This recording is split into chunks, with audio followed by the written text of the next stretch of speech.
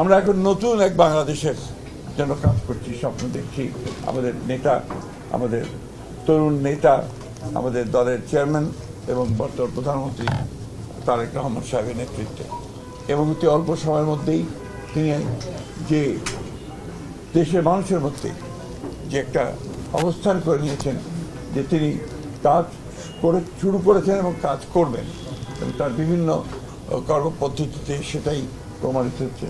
আমরা বিশ্বাস করি, আশা করি যে বাংলাদেশ জাতীয়তাবাদী দল তার নেতৃত্বে আরও শক্তিশালী হয়ে উঠবে এবং এই সরকার, যে সরকার গঠন করা হয়েছে তার নেতৃত্বে, সেই সরকার সফল হবে বাংলাদেশকে তার ইচ্ছিত লক্ষ্যে নিয়ে যেতে এবং সত্যিকার অর্থেই একটা সুখী সমৃদ্ধ বাংলাদেশ গড়ে তুলবে, যা আমাদের প্রতিষ্ঠাতা শহীদ প্রেসিডেন্ট জিয়াউর রহমানের আমাদের লক্ষ্য ছিল।